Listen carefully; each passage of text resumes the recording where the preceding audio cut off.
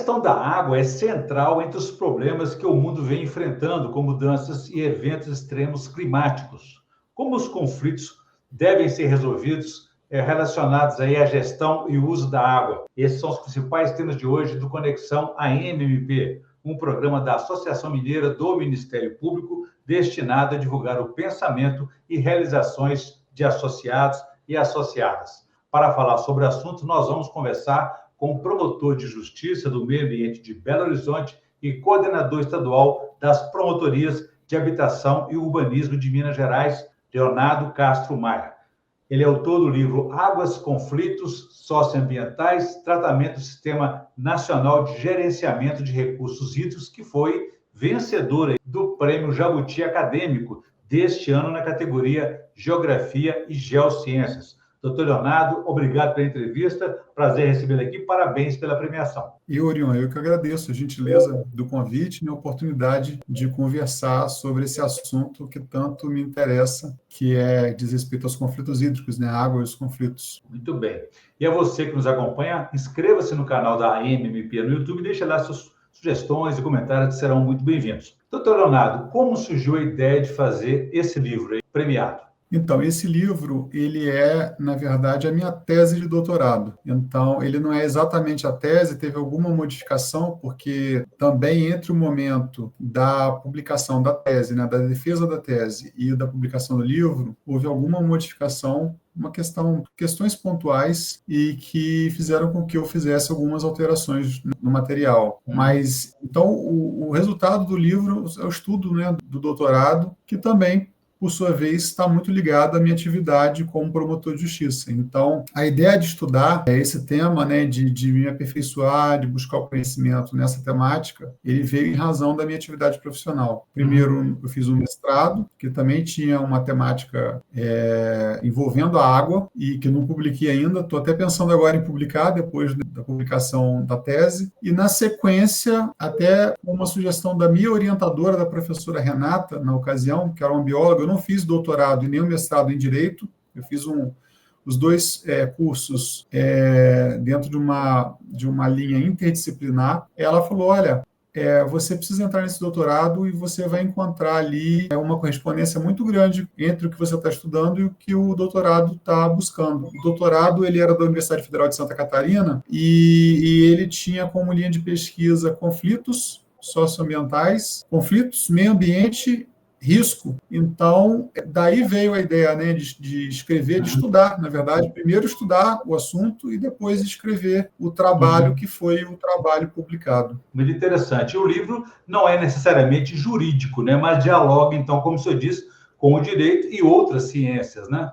O livro, ele é um livro que tem uma pegada jurídica muito forte, porque a minha formação, ela é jurídica, né? Eu sou bacharel em Direito, sou membro do Ministério Público, mas o curso, ele foi um curso interdisciplinar. Eu fui co-orientado por um geólogo, que era especialista em questões hídricas, né? Um estudioso de questões hídricas, de aquíferos, professor Scheib, e orientado por um profissional do direito, que é um professor também que escreve muito sobre direito ambiental, o professor José Rubens Morato Leite, escreve muito sobre dano, sobre ecologia, mas ele não é um livro estritamente jurídico.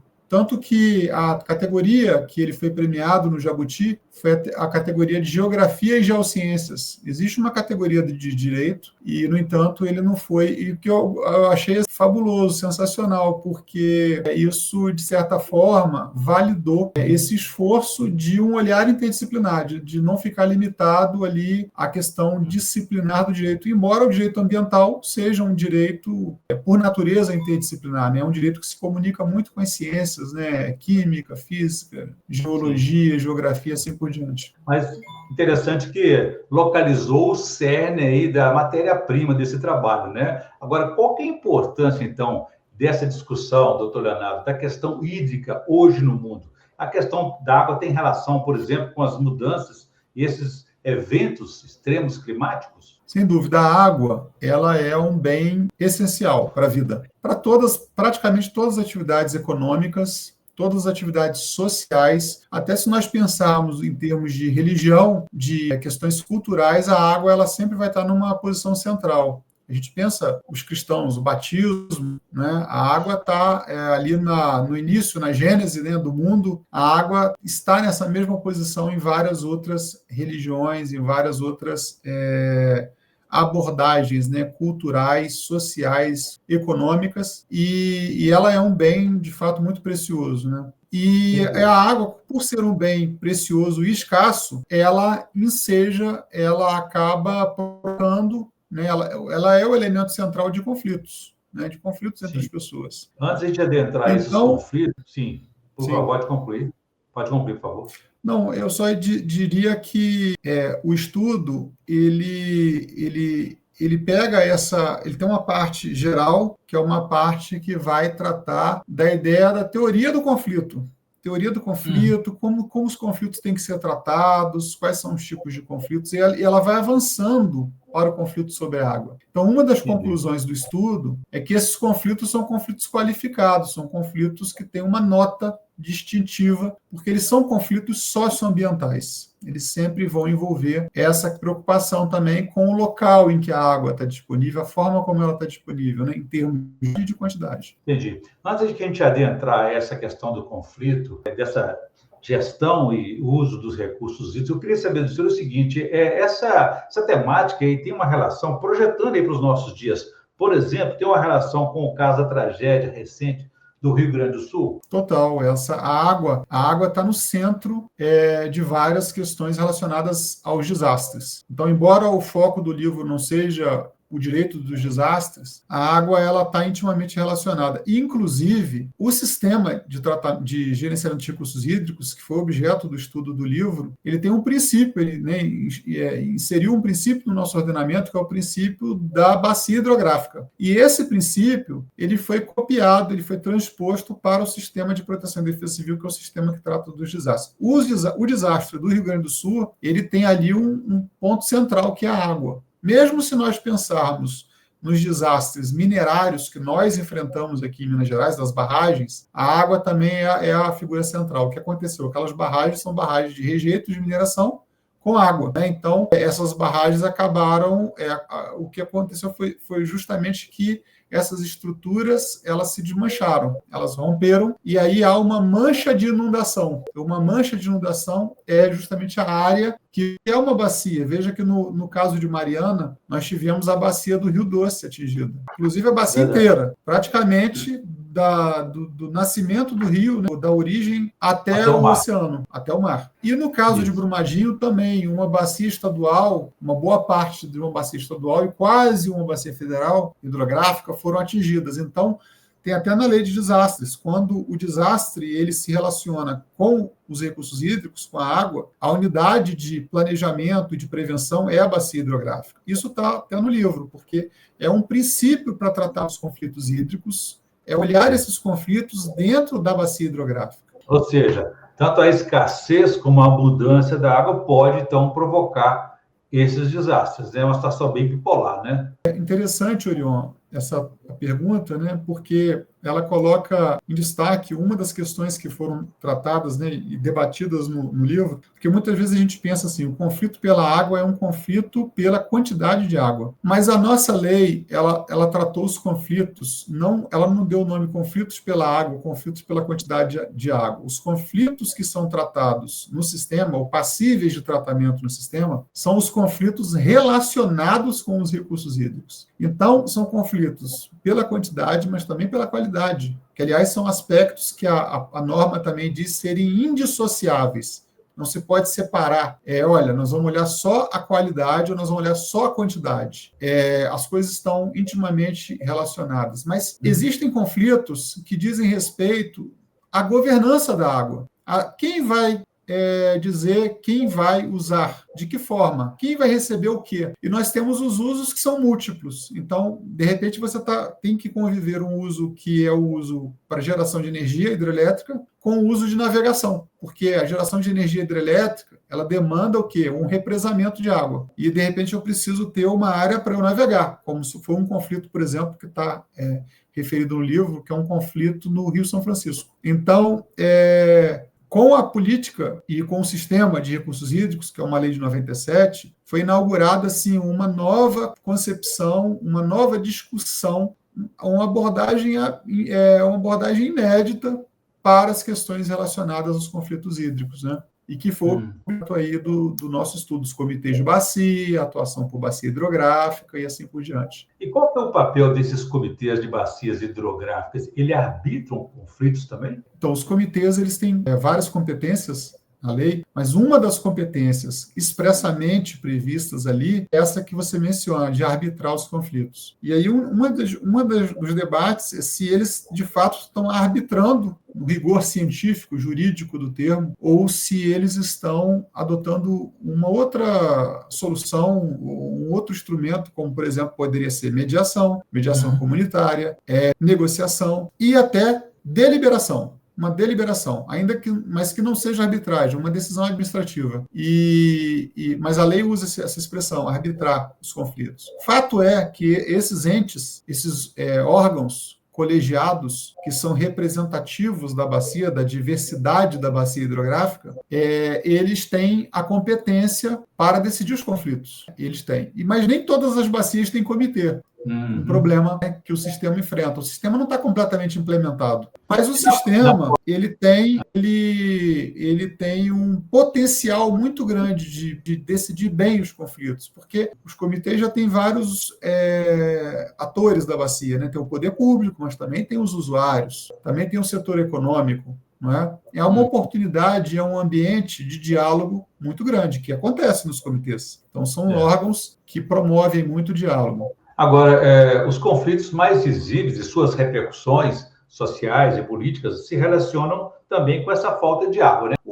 Quais são os principais conflitos que envolveram, por exemplo, como o senhor citou há pouco, e ainda envolvem, né, a transposição do Rio São Francisco? Então, ali no São Francisco, o conflito da transposição no Rio, na bacia do Rio São Francisco, há mais de uma iniciativa de transposição, há mais de uma transposição. Mas aquela grande transposição que anos atrás foi objeto de debates, de notícias, conhecido como caso da transposição do Rio São Francisco, foi o primeiro conflito que foi tratado pelo comitê da bacia do Rio São Francisco. E aí, você, que ótimo, criou o comitê que vai tratar do grande conflito. Que bom, né, que criou esse comitê e vai ter esse conflito. Mas no livro a gente acaba constatando, no estudo, que isso, de certa forma, não foi bom para o sistema, porque o sistema ele não está completamente implementado, não estava na ocasião, está muito mais avançado, muito mais consolidado, mas ele dando os primeiros passos e, de repente, ele tem que lidar com o maior conflito, e o conflito interfederativo,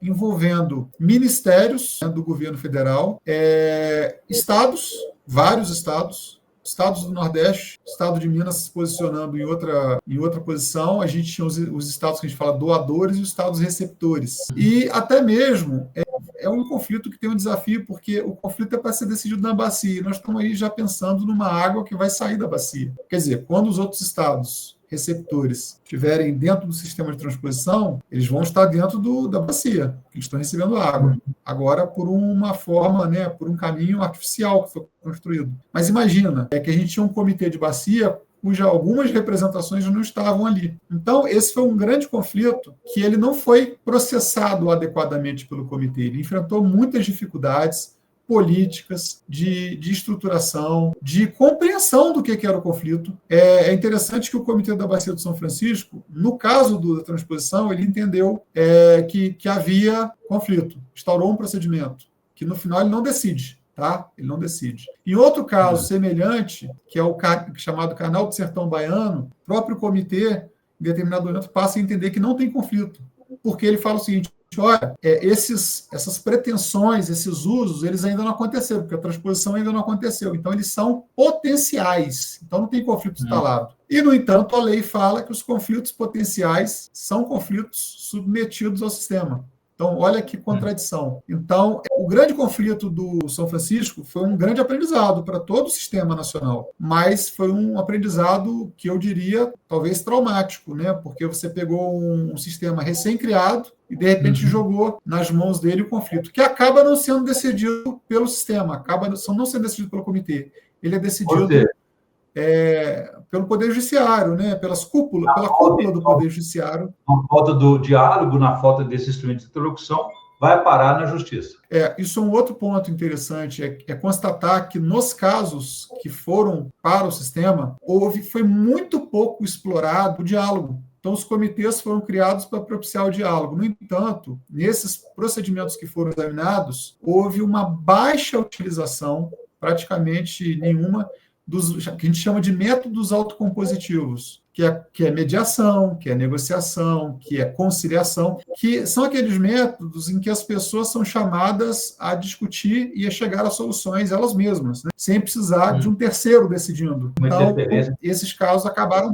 Todos eles exigiram que alguém mais decidisse, alguma outra pessoa decidisse. Então, de certa forma, isso é um pouco uma falha, né, no sistema, pelo menos nesses primeiros contatos aí com os conflitos, né, com o tratamento dos conflitos. Doutor Leonardo, nesse processo de aprimoramento desse sistema, né, os comitês e suas decisões são respeitados? Eles têm autonomia, por exemplo, financeira, que têm recursos próprios? Havia aquela proposta de cobrança pelo uso da água. Isso funciona? Então, a cobrança pelo uso da água, ela está prevista, ela existe e ela é necessária, porque o sistema, inclusive, ele precisa ter recursos para ele funcionar. Então, um grande problema que é até mencionado também no livro, porque o livro chega numa determinada parte do trabalho em que ele vai identificar quais são as ferramentas que o sistema tem à disposição. E entre os instrumentos, um deles é a cobrança. Não é que a cobrança vai resolver o conflito, mas a cobrança é um instrumento para resolver o conflito. Primeiro, porque o comitê precisa do recurso para ele ter o órgão que é a agência de águas, né, ou a entidade delegatária que a gente fala, que é aquela entidade que é o braço do comitê. Porque o comitê, ele é um órgão colegiado, ele não tem mecanismos de ação. O mecanismo que ele tem de atuação são as agências, ou entidades delegatárias, ou entidades equiparadas. E a gente teve casos que são referidos no livro, em que os recursos dos comitês foram cobrados, mas eles foram contingenciados pelo poder público. Ou seja, o poder público recolhia e não repassava para o comitê, com isso comprometendo completamente a atividade dos comitês de bacia. Os comitês, eles têm uma lógica de bacia, não é de município, não é de estado. Então, há uma concorrência também política, porque eles exercem um poder, né? Muito diálogo, etc. Então, você me perguntou agora, os comitês podem cumprir as suas decisões, eles decidem, não há a menor dúvida. Mas entre a decisão e como a decisão deve ser e o cumprimento da decisão, uma série de questionamentos, uma série de questões vem à tona. E uma técnica interessante que em determinado momento foi utilizada pelo Comitê do São Francisco foi que ele utilizou outras entidades e instituições, como, por exemplo, o Ministério Público, o federal, no caso, porque ele é um comitê federal, para fazer cumprir as decisões dele. Então, ele recomendou a ANA que fizesse isso, isso e aquilo. Ele recomendou e ele encaminhou cópias dessas recomendações ao Ministério Público. Então, os comitês, eles estão num processo de aprendizado, né? Há ainda dúvidas sobre os limites da atuação desses organismos, mas eu não tenho dúvida.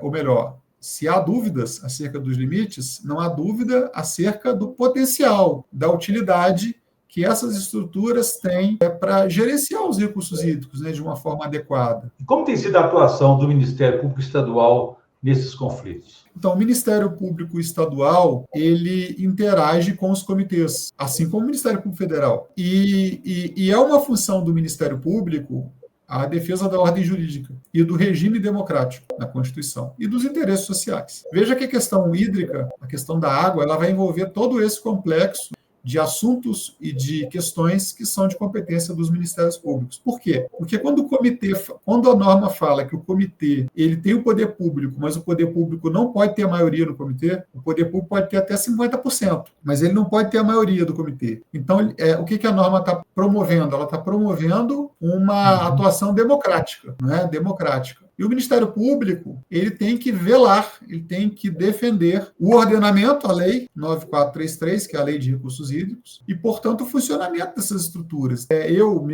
Eu particularmente, enquanto órgão do Ministério Público, atuei em casos relacionados à cobrança, em casos relacionados à outorga do uso dos recursos hídricos, que é um outro instrumento. Acompanhei casos em que os comitês de bacia trataram dos conflitos hídricos e decidiram, por exemplo, olha, num conflito entre o abastecimento de uma cidade e o plantio de uma cultura, de uma plantação de tomate, deve prevalecer na escassez o abastecimento humano. Tem um princípio lá na Lei de Recursos Hídricos que fala que o consumo humano prevalece sobre os outros usos, né, quando não é possível compatibilizá-los. Casos também envolvendo navegação, casos envolvendo a defesa da fauna, né, da ictiofauna, que são os peixes, né, da fauna aquática, o Ministério Público também tem atuado, que são usos múltiplos, né? Às vezes uma hidrelétrica é um uso importantíssimo, a hidrelétrica, não há dúvida alguma, mas às vezes determinada hidrelétrica pode causar um impacto em outro uso, no uso de uma cidade, no uso da ictiofauna, né, no uso ambiental, digamos assim, né, na vazão ecológica, e o Ministério Público, nesses casos, atua para defender aí a aplicação da lei e dos princípios dela e também da defesa dos interesses sociais. Até em caso de sobrevivência também. Doutor Leonardo, o livro do senhor foi vencedor, então, do Prêmio Jabuti Acadêmico deste ano na categoria Geografia e Geociências. O que isso representa para o senhor e para a obra? Isso representa, para mim, assim, uma honra muito grande. Eu, de certa forma, como eu disse, sendo uma pesquisa interdisciplinar, uma tese, o reconhecimento de um prêmio desse, né, o Jabuti, é um prêmio muito importante, é um maior prêmio literário, um dos maiores prêmios que podem, né, ser concedidos a um estudo científico, então, para mim, representou muito. Eu acho que representa também um ponto importante, que é a promoção do assunto, do tema, porque quando o Jabuti coloca que esse livro ele é um livro premiado, e o tema do livro ele está promovido, ele está sendo objeto de uma divulgação. E do ponto de vista acadêmico, eu me vali de muitos livros, né? Pesquisei em muitos trabalhos interessantíssimos para escrever. Eu falo, esse aqui é mais uma contribuição, né? Então, é uma contribuição que se soma a outras obras para que outros pesquisadores possam avançar e ir além. Então, Leonardo, eu queria que você mostrasse um pouco mais, de novo, essa capa do livro do senhor, novamente, para a gente poder mostrar para a nossa audiência aqui, que além de ser uma das maiores distinções literárias, o Prêmio Jabuti tem esse foco também acadêmico, científico, que é uma novidade para nós, né? O que foi avalizado até porque foi criado com apoio da Sociedade Brasileira aí de Progresso da Ciência, o SBPC, né? Da Academia Brasileira de Ciências também. Sem dúvida. Por sinal, as fotos da capa do livro são minhas fotos. Rio Doce, tem duas das fotos aqui, e uma outra, Mato Grosso do Sul. É bonito. Também são fotos que eu registrei, mas, sem dúvida alguma, eu acho que o acadêmico, né, quem está estudando um problema científico, está ali envolvido em saber daquela questão e buscar soluções para o problema que ele está trabalhando, que ele está examinando. Então, ninguém escreve para ter nenhum prêmio, né? A gente estava fazendo um curso lá, uma tese, mas o reconhecimento e também quando ele entrou entre os semifinalistas e os finalistas, nossa, para mim já era fabuloso, né? Já era fantástico, eu já me senti premiado. Mas é isso, Júlio. Parabéns, doutor Leonardo. Agora nós estamos na reta final do nosso programa, da nossa entrevista. Eu gostaria também de, além do livro que o senhor escreveu e foi premiado, eu queria que o senhor fizesse também uma indicação de leitura para a nossa audiência, que o senhor escolhesse essa indicação, por favor. Então, eu tenho uma indicação aqui que é muito interessante. Eu vou puxar... a gente está no programa da MMP e eu vou puxar a sardinha para o Ministério Público, né? Então, eu li vários livros muito interessantes. Você até me pediu, né? Falou, tem uma indicação.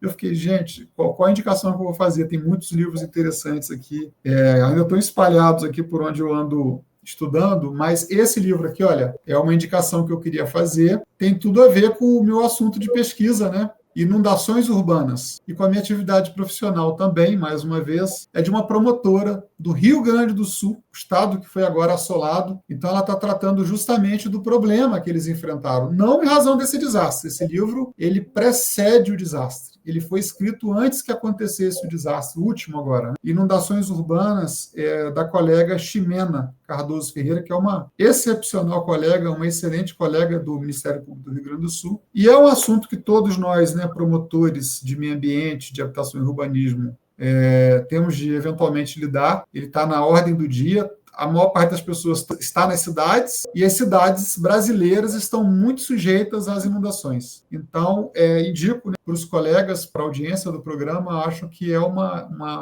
eu adorei, eu achei um livro muito interessante e queria compartilhar isso com todos, né? Acho que vocês vão desfrutar também. Com certeza, boas indicações. Bem, eu conversei aqui com o promotor de Justiça e de Defesa do Meio Ambiente de Belo Horizonte e coordenador estadual das promotorias de Habitação e Urbanismo de Minas Gerais, Dr. Leonardo Castro Maia, que é autor desse livro premiado, Jabuti, deste ano na categoria acadêmica, né? Água e Conflitos Socioambientais, Tratamento no Sistema Nacional de Gerenciamento de Recursos Hídricos.